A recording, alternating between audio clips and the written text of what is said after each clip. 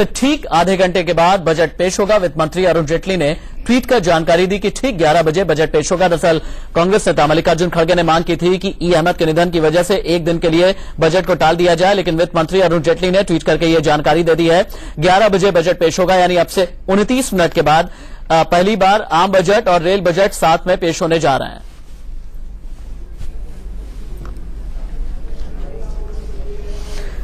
एक बार रीइंट्रोड्यूस कर देना चाहूंगा मेरे सहयोगी जो मेरे साथ में मौजूद हैं और पैनलिस्ट भी। राजेश कुमार मुंबई से मौजूद है मेरे साथ, रितेश मलिक स्टार्टअप से बात करेंगे, वरिष्ठ पत्रकार अवधेश कुमार, विश्वबंधु गुप्ता जी पूर्व इनकम टैक्स कमिश्नर भी हमारे साथ मौजूद है। सबसे पहले हम राजेश के पास में चलते हैं क्योंकि राजेश एक मुंबई में रेलवे स्टेशन पर मौजूद है। राजेश, रेल बजट अलग से पेश नहीं होने जा रहा, लेकिन हिंदुस्तान की लाइफलाइन कही जाती है रेल। रोजाना 2.5 करोड़ मुसाफिर करते हैं सफर, लेकिन पिछले 1 महीने में 1.5 महीने में 3 बड़े रेल हादसे हुए हैं। सेफ्टी, सिक्योरिटी, सुविधाओं के लिहाज से इस बजट में रेल मुसाफिरों को उम्मीदें क्या है, बात कीजिए।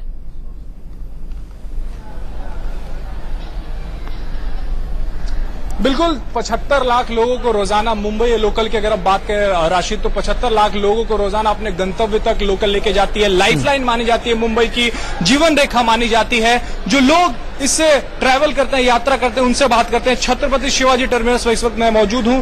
आप रोजाना लोकल से ट्रैवल करते हैं, क्या दिक्कतें आप महसूस करते हैं और चाहते हैं कि वो उन दिक्कतों का समाधान इस रेल बजट में होना चाहिए? इस बजट में रेलवे बजट है, रेलवे की लाइफलाइन है और इसमें से लोगों की लाइफलाइन के लिए जो भी इतना भीड़ है, इतने लोग इतना ट्रैवल कर रहे हैं, लाखों से लोग यहाँ मुंबई से ट्रैवल कर रहे हैं ट्रेन से। ये भीड़ के लिए जो भी फ्रीक्वेंसी है ट्रेन की, वो फ्रीक्वेंसी होना चाहिए। 5 हर 5 मिनट में कसारा की तरफ, करजत की तरफ, इधर पनवेल की तरफ, रोहा की तरफ, इधर से गाड़ी होना चाहिए और कोऑर्डिनेटर उसको बढ़ना चाहिए। हर एक स्टेशन पे एस्केलेटर बैठना चाहिए। अब बहुत सारे जगह पे है वहां पे लिफ्ट की सुविधा नहीं है। कितने सारे लोग हैं वो लिफ्ट नहीं रहती है, एस्केलेटर नहीं थे, उसके वजह से ट्रैक से ट्रैवल करते हैं और ट्रैक वो साइड जाने की वजह से उसके बहुत सारे एक्सीडेंट भी हो जाते हैं। सिक्योरिटी को लेकर आपको लगता है कि थोड़ा और काम किया जाना चाहिए रेलवे में? एक रेलवे का एक अपना मुंबई का सोचने का बात है कि जो युद्ध में नहीं एक्सीडेंट मरता है, इतना एक्सीडेंट के वजह से 10-15 आदमी डेली मरता है। प्रभु साहब ने पिछले दिन में एक समिति संगठित किया, उसने क्या किया क्या नहीं, कौन सा भी एक्सीडेंट हो जाने के ये अपना क्या सरकार का चला है, उसमें बहुत सोचने का बात है। क्या मुंबई में ये रेलवे का कुछ विकास नहीं होगा? जो घोषणाबाजी किया है, कैरिडोर, वो ऐसा रेलवे जो लोग 10 लोग रोजाना राशिद रेलवे एक्सीडेंट में मुंबई में मारे जाते हैं और 10 लोग इस तरीके से घायल होते हैं कि वो जीवन में और कुछ करने के लायक नहीं रहते। तो रोजाना 20 परिवार जो है वो इस लोकल की वजह से राजेश आपके पास दोबारा लौट करके आते हैं। डॉक्टर रितेश मलिक भी हमारे साथ में मौजूद है स्टार्टअप्स पर बात करने के लिए।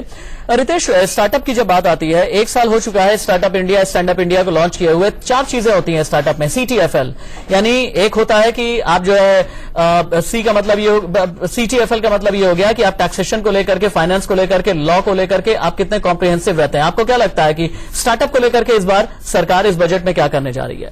देखिए राशिद जी, इस बार सबसे महत्वपूर्ण बजट रहेगा।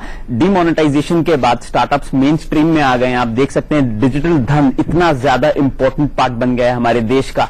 पेटीएम जैसी एप्स और भीम जैसे एप्स इस वक्त सबसे ज्यादा मेन स्ट्रीम में आए हुए हैं। जो आपने अभी CTFL की बात की, क्लियरेंस का मतलब हुआ कि किस तरीके का ease of doing business for startups है हमारे देश में। अभी भी DIPP के तहत जो हमें 3 साल का एक प्रॉफिट के ऊपर जो हमें टैक्स का एग्जेम्पशन मिलता है वो बहुत ज्यादा कम है, क्योंकि 99% स्टार्टअप्स पहले 3 साल तो प्रॉफिट बुक ही नहीं कर पाते हैं। तो मुझे लगता है ये 5 से 7 साल मिनिमम होना चाहिए। जो आपने दूसरी बात की टैक्स के ऊपर, तो सबसे पहला टैक्स है हमारे को स्टार्टअप्स में पैसा चाहिए, चाहे वो बाहर से आए चाहे वो इंडिया के अंदर आए। और अगर ये पैसा तभी आएगा जब आपका जो टैक्स है, इसका जो कैपिटल गेन टैक्स है ये कम हो। तो एंजल टैक्स के ऊपर हमें वर्कआउट करना है। जो हम फाइनेंस की बात करते हैं, हम इस वक्त जूझ रहे हैं कैपिटल डंपिंग के केस से, जहां पे हम लोग अमेजॉन को देखते हैं, फ्लिपकार्ट के साथ आके फ्लिपकार्ट का वैल्यूएशन काफी कम कर दिया है। तो हमें लगता है कि नेशनल प्रोटेक्शन हमें अपने स्टार्टअप्स और एक इम्यूनिटी अपने नेशनल एंटरप्रेन्योर्स को देनी चाहिए। और लास्टली लॉ, अगर हम देखें कि कंपनीज, ट्रांसपोर्टेशन कंपनीज जैसे ओला, उबर, ई-कॉमर्स कंपनीज जैसे फ्लिपकार्ट, स्नैपडील, इन सब के अलग तरीके से लॉज और एक लीगल SOPs जो स्टैंडर्डाइज्ड ऑपरेटिंग प्रोटोकॉल्स है, ये गवर्नमेंट को वो बतानी चाहिए ताकि एंटरप्रेन्योर्स को प्रॉब्लम ना हो। ठीक है रितेश, आपके पास में हम आएंगे और साथ ही हमारी यह चर्चा भी आगे बढ़ेगी और चर्चा को आगे बढ़ाएंगे मेरे एडिटर इन चीफ दीपक चौरसिया, जो बजट को लेकर के बात करेंगे और साथ ही साथ आपको ये बताएंगे कि इस बजट में आम आदमी की उम्मीदें क्या होने जा रही हैं। दीपक, बहुत बहुत शुक्रिया राशिद। सवाल यह है कि आम आदमी की उम्मीदें क्या होने जा रही हैं, आम आदमी क्या सोचता है, उसे क्या क्या बजट से चाहिए और उसे क्या क्या मिलने वाला है।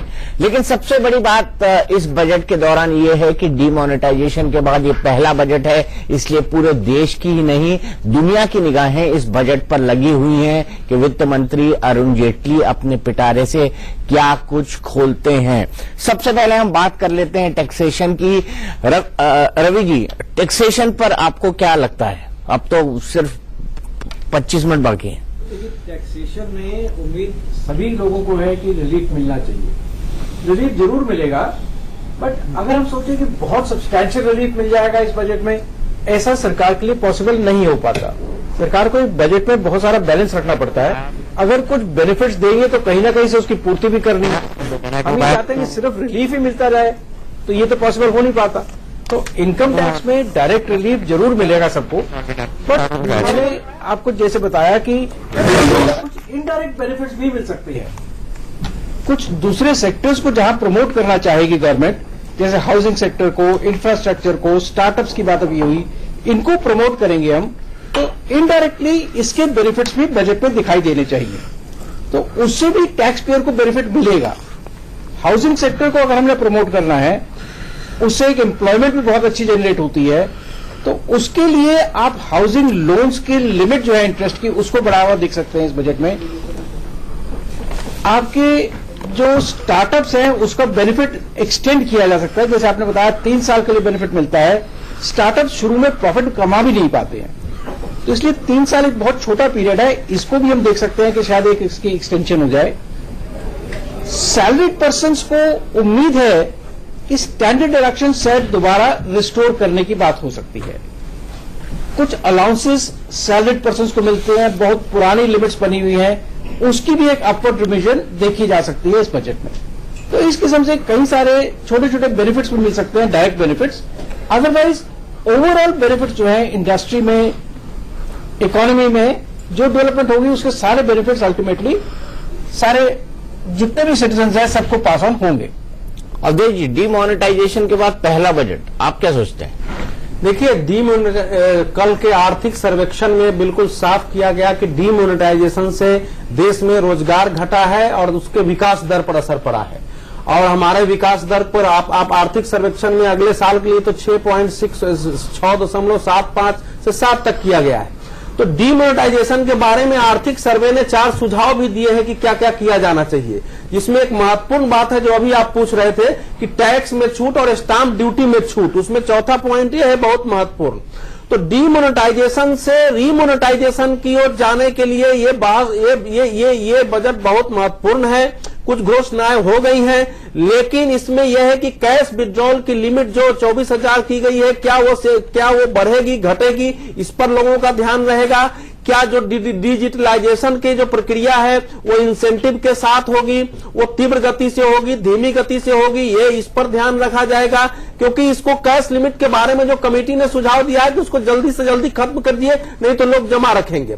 लेकिन सबसे बड़ी बात जो है वो रोजगार की है। देखिए, पिछले 5 साल से हमारे देश में वैसे भी जो जॉब रेट है वो निगेटिव में रहा है और रोजगार बहुत महत्वपूर्ण है। तो डीमोनेटाइजेशन के प्रभाव से जो सुस्ती आई है वो तो उसके साथ जुड़ गया है। उससे निकालने के लिए जरूरी यह है कि इस समय देश में कुछ बातें जैसे इंफ्रास्ट्रक्चर पर ज्यादा से ज्यादा आप जोर दें, उस पर हाउसिंग पर ज्यादा से ज्यादा जोर दें और साथ ही साथ कुछ टैक्स बेनिफिट दें लोगों को, जिससे लोगों की बचत हो और लोग जो है खरीदारी कर सके। क्योंकि हमारी पूरी अर्थव्यवस्था के 2 भाग होते हैं, एक तो उपभोग होता है, एक निवेश होता है। इस समय उपभोग पर हमारी अर्थव्यवस्था टिकी हुई है और निवेश बहुत कम है। तो डीमोनेटाइजेशन से बाहर निकालने के लिए सार्वजनिक निवेश में बढ़ोतरी, यानी सरकार ज्यादा से ज्यादा कुछ क्षेत्रों में निवेश करे जहां से रोजगार पैदा हो, जहां से विकास को गति मिले। ये महत्वपूर्ण, इसकी ओर सारे दुनिया का ध्यान जो आप कह रहे थे वो इसी पर होगा। विश्वबंधु गुप्ता जी, इस पूरे डिमोनेटाइजेशन की प्रक्रिया के बाद लोगों को जो सबसे ज्यादा डर लग रहा है वो ये है कि अब फिर से एक बार इंस्पेक्टर राज आ जाएगा, इनकम टैक्स वालों की पौबारा होगी। नहीं, लोग जो सोच रहे हैं बिल्कुल ठीक सोच रहे हैं। मैं समझता हूं कि इस देश में इनकम टैक्स को पता नहीं इतना बड़ा डिपार्टमेंट क्यों बना के रखा हुआ है। पैसा वैसा तो कोई इनकम टैक्स डिपार्टमेंट से इकट्ठा होता नहीं है। मैं आपको फिगर बता देता हूं आपको, और बड़े शर्म की बात है जो भी इस मुल्क में हो, इस सरकार में नहीं पहले से चलता है। कुल इनकम टैक्स जो है, इनकम टैक्स की जो कलेक्शन है पर्सनल उसके ऊपर 3,84,000 करोड़ है कुल। एक इतनी सी छोटी अमाउंट के लिए, जिसको मैं बहुत छोटी अमाउंट मांगता हूं, क्योंकि इतना तो 2G और 3G 5G की स्कैम में इससे दुगना पैसा उसमें आ जाएगा, ऑक्शन के अंदर आ जाएगा। हो यहां पर यह रहा है कि एक बहुत बड़ी इंडस्ट्री बन गई है चार्टर्ड अकाउंटेंट्स की, ऑडिटर्स की। मैं 1 मिनट आपको रोकूंगा क्योंकि एक ब्रेकिंग न्यूज आ रही है, और ब्रेकिंग न्यूज ये है कि कांग्रेस मांग कर रहा था कि बजट आज पेश न हो, लेकिन लोकसभा की स्पीकर सुमित्रा महाजन ने आज साफ कर दिया है कि बजट आज ही पेश होगा, यानी अब से 20 मिनट बाद वित्त मंत्री अरुण जेटली अपना बजट पेश करेंगे। आइए सुनते हैं सुमित्रा महाजन जी ने क्या कहा।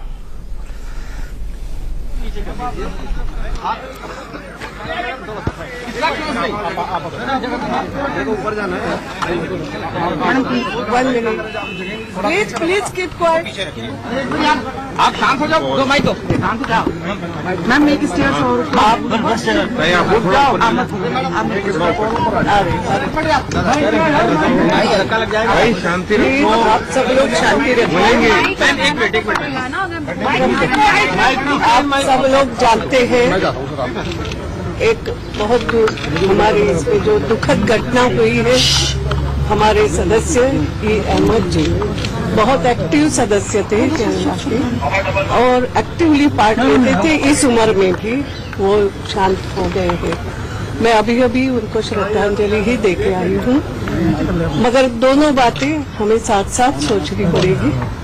एक दुखद घटना हमारे सामने है, मगर साथ ही साथ बजट एक कॉन्स्टिट्यूशनल थिंग, और इसलिए बजट तो करना ही होगा। ये हमारे ऊपर एक प्रकार सा ऑब्लिगेशन को, प्रेसिडेंशियल ऑर्डर से एक ऑर्डर होती है तो करना होता है, और इसलिए अभी हम डिसीजन ले लेंगे।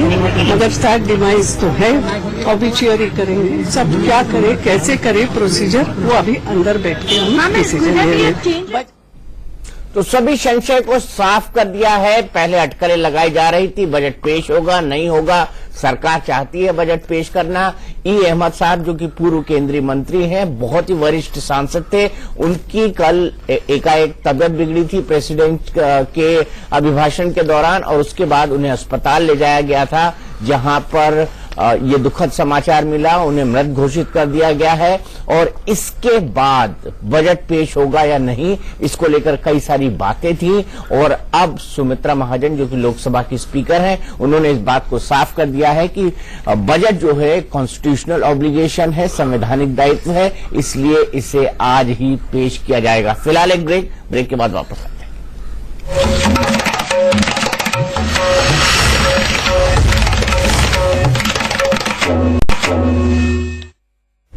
तो वित्त मंत्री अरुण जेटली तीसरा पूरा बजट अब से 10 मिनट बाद लोकसभा के अंदर पेश करने वाले हैं। थोड़े संशय की स्थिति बनी हुई थी क्योंकि लोकसभा के एक सिटिंग मेंबर ई अहमद साहब की मृत्यु हो गई है, उनका देहांत हो गया है, और इसके चलते कांग्रेस मांग कर रहा था कि बजट पेश न हो, लेकिन लोकसभा स्पीकर सुमित्रा महाजन ने अब साफ कर दिया है कि बजट आज ही पेश होगा क्योंकि ये कॉन्स्टिट्यूशनल ऑब्लिगेशन है। गुप्ता जी, आप कुछ कह रहे थे। मैं सिर्फ एक बात जानना चाहता हूं, जितनी भी सरकारें पहले आई और इनसे भी आई, कुल पैसा जो हम इकट्ठा करते हैं पर्सनल ने 4 लाख 4.5 लाख करोड़ रुपया साल का इकट्ठा करते हैं। और ये आपको जान के हैरानी होगी कि मेरे पास बैंकों की लिस्ट हैं, इन्होंने एक एक इंडस्ट्रियलिस्टों को लाखों करोड़ में पैसा दे रखा है ग्रुप हाउस के अंदर। यहां पर इस देश के अंदर अगर आप ठीक से ऑक्शन करो किसी स्पेक्ट्रम की, तो आप उसमें से ही आप 7-8 लाख करोड़ रुपए कमा सकते हैं। इनकम टैक्स डिपार्टमेंट को इसलिए रखा गया है ताकि लोगों के नाक के अंदर एक नकेल डाली रखी जाए।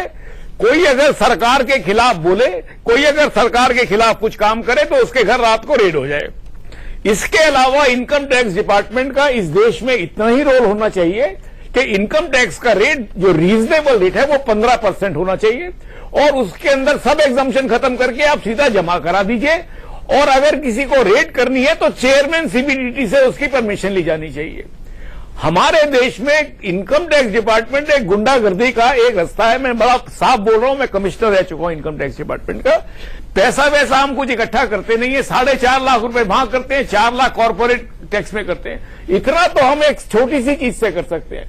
तो इस देश को अपना सोचने का नजरिया बदलना पड़ेगा। इस देश को जॉब नहीं चाहिए, इस देश को एंटरप्रेन्योर चाहिए। ये कहना कि हिंदुस्तान में लोगों को जॉब नहीं मिला, हम ये बता देना चाहिए स्कूल के अंदर, कॉलेज की एजुकेशन में, कि इस देश में जॉब नहीं ढूंढना है, आपको जाके धंधा करना है। उसी हिसाब से आपको पूरी एजुकेशन देनी पड़ेगी। बैंकों को भी उन्हीं लड़कों के हाथ में दे देना चाहिए जो स्टार्टअप वाला बात कर रहा है। इन लोगों को कहना चाहिए अगर आप करना चाहते हो जिंदगी में, आपको स्टार्टअप सोचो, हम पैसा देंगे। ठीक है। और अगर पैसे का नुकसान होगा तो हम सहेंगे, और पैसा अगर बनाते हो तो उससे सारे मुल्क का भी फायदा होगा, हमारा भी होगा, और जो लोग नहीं कर पाए उनका भी होगा। तो इस तरह का हमको पूरा अपना एक सोचने का नजरिया बदलना पड़ेगा। तो हमको सोचने का नजरिया बदलने की जरूरत है। कितना सोचने का नजरिया